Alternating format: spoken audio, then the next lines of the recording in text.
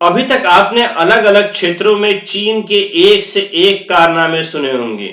यह भी सुना होगा कि वह कैसे विपरीत परिस्थितियों में भी नामुमकिन से लगने वाले काम को अप्रत्याशित तरीके से अंजाम तक पहुंचा देता है।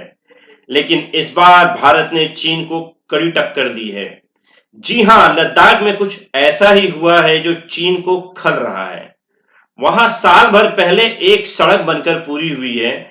यह काम बेहद कठिन और चुनौतीपूर्ण हालात में संपन्न हुआ।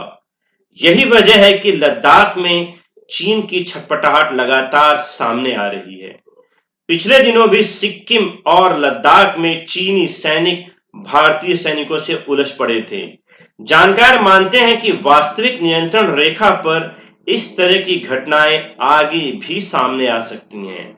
आइए जानते हैं भारत के उस एक्शन के बारे में जिससे तिलमिला उठा है चीन। दरअसल लद्दाख में निर्मित दाराबुक श्योक दौलत बेग ओल्डी रोड मैदानी इलाका देपसांग और गलवान घाटी तक पहुंचता है। इसे सीमा सड़क संगठन ने बनाया हुआ है। बीआरओ भारत सरकार की वह एजेंसी है जो अपने देश के साथ साथ पड़ोसी मित्र देशों के सीमाई इलाकों में रोड नेटवर्क तैयार करती है। इसी संगठन ने ठीक एक वर्ष पहले दारबुक श्योक दौलत बेग ओल्डी रोड का काम पूरा कर दिया। राष्ट्रीय सुरक्षा के मुद्दों पर नजर रखने वाले नितिन गोखले ने ट्वीट के जरिए लद्दाख में भारत की गतिविधियों की विस्तृत जानकारी दी है। गोखले के मुताबिक दारबुक श्योक दौलत बेग ओल्डी रोड देशपांग तक 255 किलोमीटर तक की दूरी तय करता है। इसका ज्यादातर हिस्सा तांग से और श्योक नदी के किनारे ही है।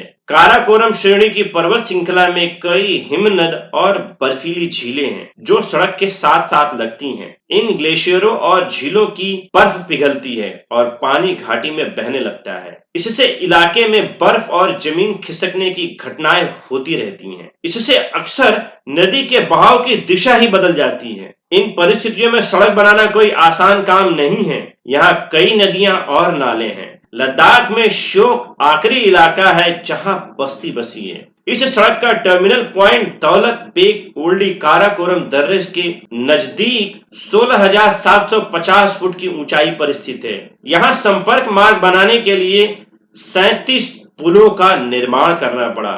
श्योक नदी पर बना एक पुल 1,400 फुट का है। इसके लिए माइक्रो पाइलिंग टेक्नोलॉजी के इस्तेमाल से पुल की नींव तैयार की गई। गर्व की बात यह है कि बीआरओ ने इस सड़क का निर्माण 14 महीने के रिकॉर्ड टाइम में पूरा कर दिया। इसके लिए 1,800 से ज्यादा टुकड़ियां और 3,500 से ज्यादा श्रमिकों की सेवा ली गई है। यह नहीं भूलना चाहिए कि ऊंचाई वाले जिन इलाकों में काम हुआ वहां की जलवायु ऐसी है जिसमें काम करने के लिए विशेष ट्रेनिंग की जरूरत पड़ती है। इसके तहत पहले करीब 7 दिनों तक 9,000 फुट, फिर अगले 7 दिनों तक 12,000 फुट और आखिरी 7 दिनों तक 14,000 फुट पर काम करने की ट्रेनिंग दी जाती है। इस शेड्यूल से कोई समझौता नहीं होता है। काम सर्दियों में भी जारी रहता है और तब बर्फ हटाने का अभियान चलता है और कर्मचारी पूरे साल ड्यूटी पर रहते हैं। दारबुक श्योक दौलत बेग ओल्डी रोड का काम तेज रफ्तार से पूरा करने के लिए सॉइल स्टेबलाइजेशन मेथड को सफलता पूर्वक लागू किया गया। अब यह सड़क दौलत बेग ओल्डी से पूरी तरह जुड़ चुकी है। इस रोड की वजह से चीन आग बबूला हो गया है और वह लगातार आक्रामक रुख अख्तियार करने लगा है। लेकिन सवाल उठता है कि आखिर भारत ने अपनी सीमा में सड़क बनाई है तो चीन को परेशानी क्यों है?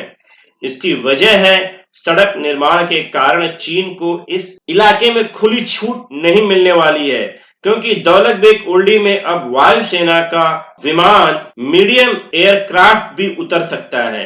चीन सिर्फ इसीलिए नहीं बौखलाया हुआ है कि भारत हाल के वर्षों में सीमाई इलाकों में इंफ्रास्ट्रक्चर तेजी से तैयार कर रहा है, बल्कि उसकी परेशानी का दूसरा सबब यह है कि भारत बॉर्डर पर सैनिकों की तैनाती बढ़ा रहा है।